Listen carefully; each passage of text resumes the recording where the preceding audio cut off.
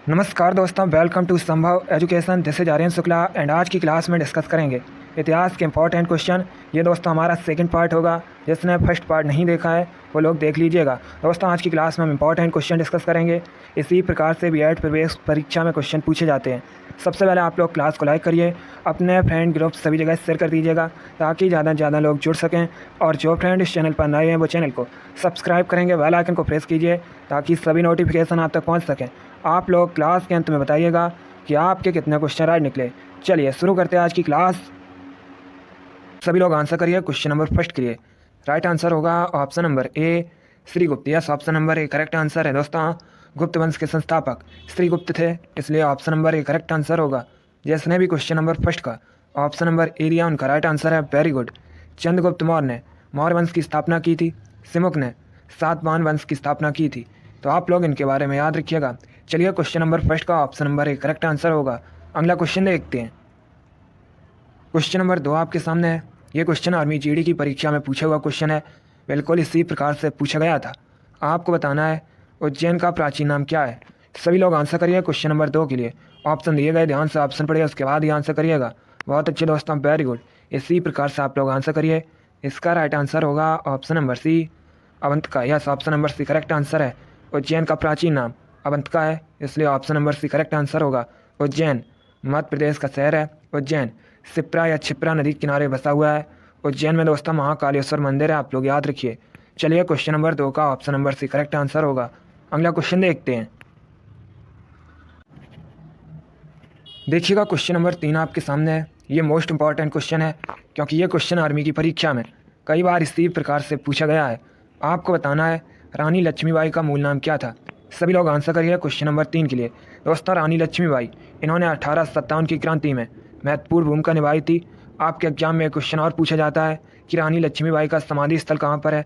तो आप लोग याद रखिएगा, रानी लक्ष्मीबाई का समाधि स्थल मध्य प्रदेश के ग्वालियर में है। अब आपको यहाँ पर बताना है रानी लक्ष्मीबाई का मूल नाम क्या था। राइट आंसर होगा option number B, Manikarnika. Yes, option number B correct answer है। दोस्तों रानी लक्ष्मीबाई का मूल नाम मणिकर्णिका था, इसलिए option number B correct answer होगा। जिसने भी क्वेश्चन नंबर 3 का ऑप्शन नंबर बी दिया उनका राइट आंसर है। वेरी गुड, बहुत अच्छे दोस्तों। चलिए अगला क्वेश्चन देखते हैं। क्वेश्चन नंबर 4 आपके सामने है। अब आपको बताना है हम्पी किस साम्राज्य की राजधानी थी। सभी लोग आंसर करिए। क्वेश्चन नंबर 4 के लिए ऑप्शन दिए गए हैं, ध्यान से ऑप्शन पढ़िए, उसके बाद ही आंसर करिएगा। बहुत अच्छे दोस्तों, आपके एग्जाम में हिस्ट्री के इसी लेवल के क्वेश्चन पूछे जाते हैं। इनमें से कुछ ऐसे क्वेश्चन भी हैं जो आर्मी की परीक्षाओं में कई बार पूछे गए हैं। इसीलिए सभी लोग क्लास को पूरा देखिएगा और ध्यान से क्लास के अंत में बताइएगा कि आपके कितने क्वेश्चन राइट निकले। इसका right answer option number B होगा, विजयनगर साम्राज्य की। Yes, option number B correct answer है। दोस्तों हम्पी विजयनगर साम्राज्य की राजधानी थी, इसलिए option number B correct answer होगा।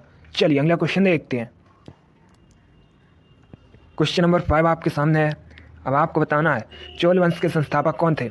सभी लोग आंसर करिए। क्वेश्चन नंबर 5 के लिए ऑप्शन दिए गए हैं, ध्यान से ऑप्शन पढ़िएगा, उसके बाद ही आंसर करिएगा।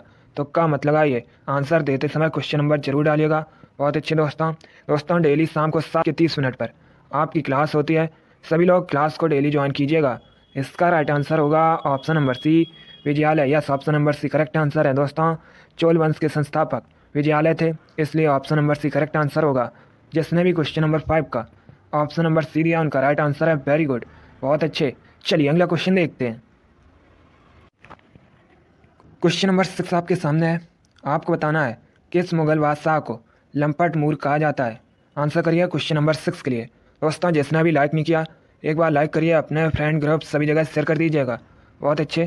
इसका right answer option number C होगा, जहांदार शाह को। Yes, option number C correct answer है। दोस्तों जहांदार शाह को लंपट मूर कहा जाता है, इसलिए option number C correct answer होगा। चलिए अगला क्वेश्चन देखते हैं। क्वेश्चन नंबर 7 आपके सामने है। ये क्वेश्चन आर्मी नर्सिंग की परीक्षा में पूछा हुआ क्वेश्चन है। बिल्कुल इसी प्रकार से पूछा गया था। आपको बताना है सिकंदर की मृत्यु कहाँ हुई। सभी लोग आंसर करिए क्वेश्चन नंबर 7 के लिए। इसका right answer option number C होगा, बेबीलोन में। Yes, option number C correct answer है। जिसने भी क्वेश्चन नंबर 7 का ऑप्शन नंबर सी दिया उनका राइट आंसर है। Very good. अगला क्वेश्चन देखते हैं। क्वेश्चन नंबर 8 आपके सामने है। अब आपको बताना है किस शहर का प्राचीन नाम मायापुरी है। सभी लोग आंसर करिए क्वेश्चन नंबर 8 के लिए। ऑप्शन दिए गए ऑप्शन इस प्रकार हैं। Option number A Haridwar, option number B Patna, option number C Ujjain, option number D none of these. Right answer होगा option number A Haridwar, yes option number A correct answer है दोस्तों। हरिद्वार का प्राचीन नाम मायापुरी है, इसलिए option number A correct answer होगा। हरिद्वार उत्तराखंड का शहर है, आप लोग याद रखिएगा। पटना का प्राचीन नाम पाटलिपुत्र है, पटना अभी बिहार की राजधानी है। उज्जैन का प्राचीन नाम अभी मैंने आपको बताया भी था, अवंतिका है। अवंतिका मध्य प्रदेश का शहर है, उज्जैन मध्य प्रदेश का शहर है। चलिए क्वेश्चन नंबर 8 का option number A correct answer होगा। अगला क्वेश्चन देखते हैं। क्वेश्चन नंबर 9 आपके सामने है। अब आपको बताना है मौर्य वंश का अंतिम सम्राट कौन था। सभी लोग आंसर करिए क्वेश्चन नंबर 9 के लिए। ऑप्शन दिए गए, ध्यान से ऑप्शन पढ़िए, उसके बाद ही आंसर करिएगा। इसका right answer option number C होगा, Brihadratha, yes option number C correct answer है दोस्तों। मौर्य वंश का अंतिम सम्राट बृहद्रथ था, इसलिए option number C correct answer होगा। मौर्य वंश की स्थापना चंद्रगुप्त मौर्य ने की थी।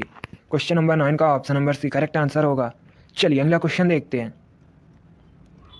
क्वेश्चन नंबर 10 आपके सामने है। आपको बताना है किसे ईरान का नेपोलियन कहा जाता है। सभी लोग आंसर करिए क्वेश्चन नंबर 10 के लिए।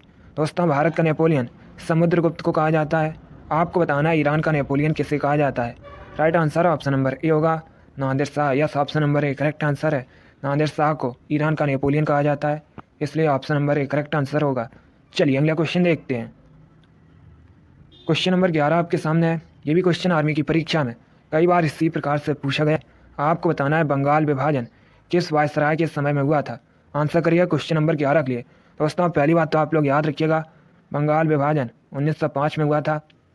अब आपको बताना है किस वायसराय के समय में हुआ था। Right answer option number C होगा, लॉर्ड कर्जन के समय में, yes option number C correct answer होगा। जिसने भी क्वेश्चन नंबर 11 का ऑप्शन नंबर सी दिया उनका राइट आंसर है, वेरी गुड। तो आप लोग याद रखिएगा बंगाल विभाजन लॉर्ड कर्जन के काल में हुआ था, इसलिए option number C correct answer होगा। चलिए अगला क्वेश्चन देखते हैं।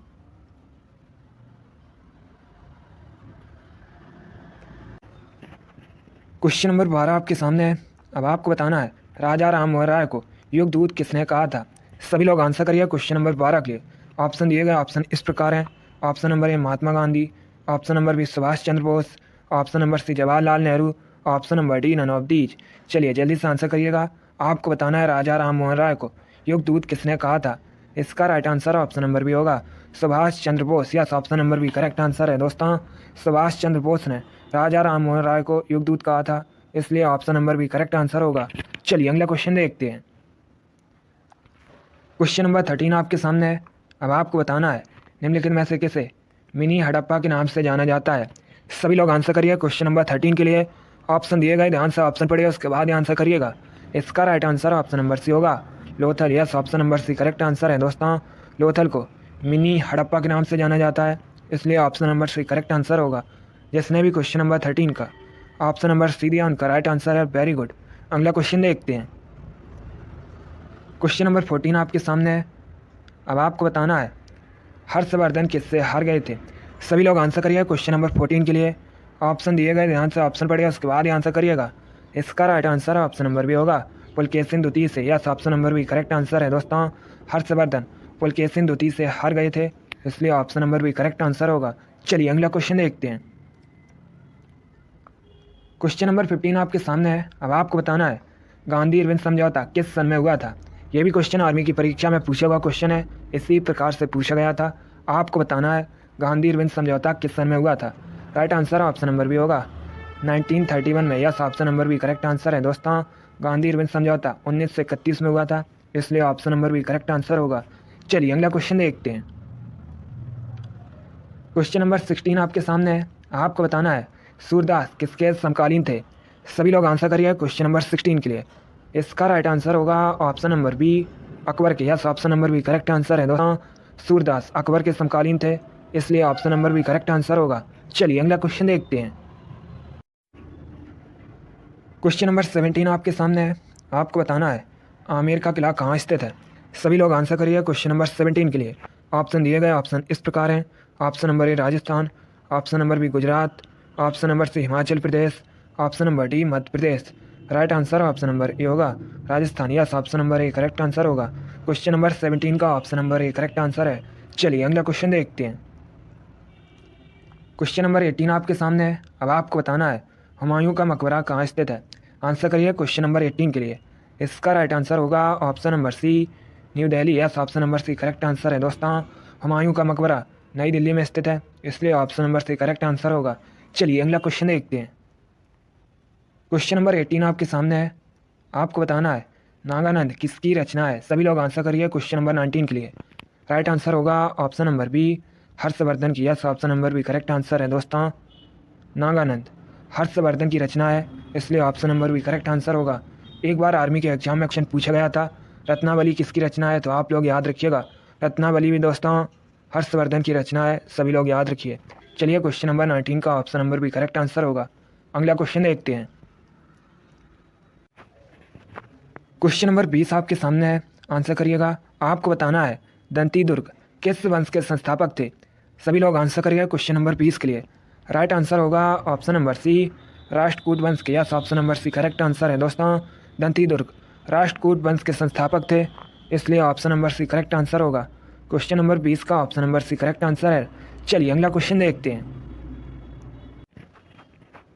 क्वेश्चन नंबर 21 आपके सामने है।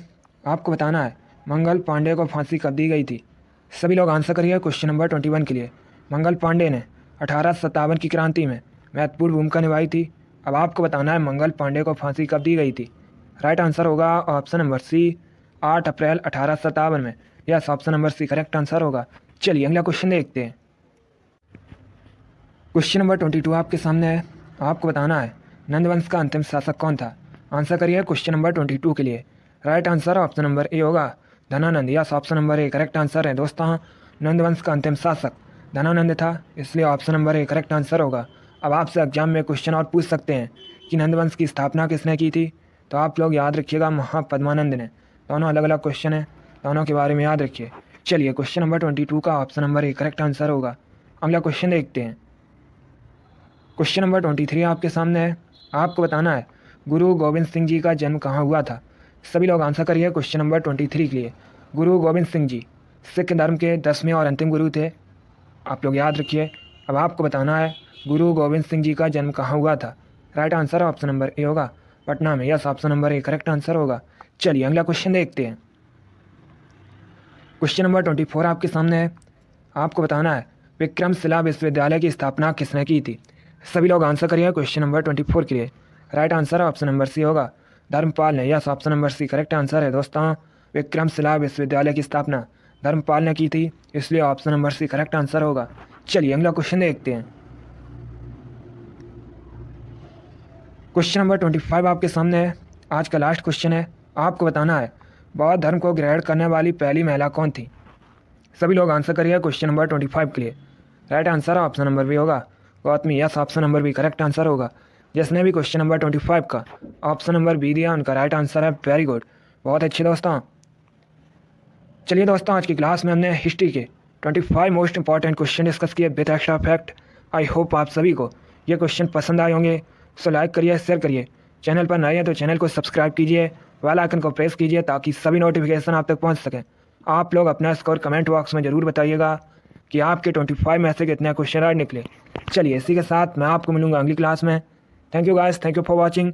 God bless you all. जय हिंद, जय भारत, वंदे मातरम।